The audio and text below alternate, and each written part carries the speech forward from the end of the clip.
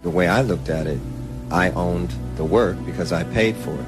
And I did all the work. I created it, so I felt like it should belong to me. That said, the companies felt otherwise. And they would always hold this contract up and say, well, you signed it. And I say, well, I understand that. It's not like I want to leave. I just want to, talk about this thing and see if we can't make it more fair. Of course, they wouldn't change, because if they changed, they wouldn't really exist. And that's kind of the situation we're in right today. They're not going to exist much longer. But it's not like we're against them or anything like that. The idea is that we find better ways of working with one another. It shouldn't be a situation where they own the album or the work. We're talking about intellectual copyright. If they're going to be indeed a delivery service, then that's fine. But even FedEx doesn't say that they own the thing that they ship. Taylor Swift's struggle to gain ownership of her music catalog is a sad reminder of the injustices within the music industry, echoing the warnings of the legendary artist Prince about record labels exploiting and robbing artists of their creative assets. Prince warned us all, but no one dared to listen and take his advice. For years, Taylor Swift's career has been marked by chart-topping hits and critical acclaim, but behind the scenes, she has faced a constant battle for control over her own artistry.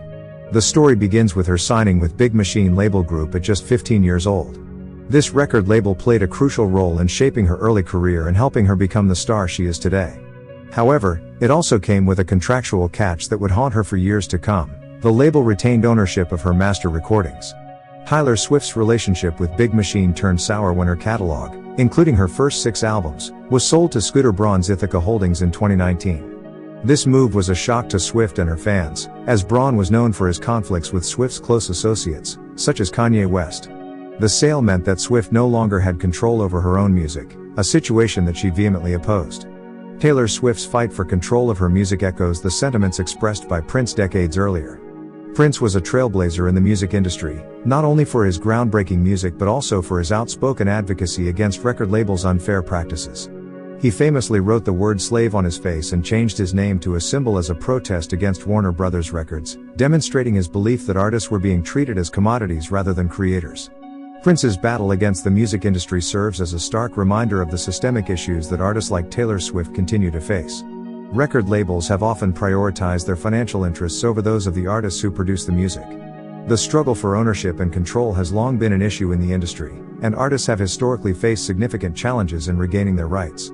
Taylor Swift's efforts to regain control of her music have not been in vain.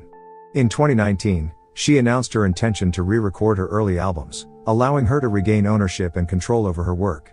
This move was met with immense support from her fan base and serves as an inspiring example of an artist taking matters into her own hands. Taylor Swift's battle for ownership of her music catalog highlights the enduring issues within the music industry, echoing the warnings of Prince, who understood the importance of artists' rights and creative control. As the industry evolves, artists continue to fight for their independence and the right to own and control their own artwork. Dear artists, don't just sign those contracts, please read and understand them.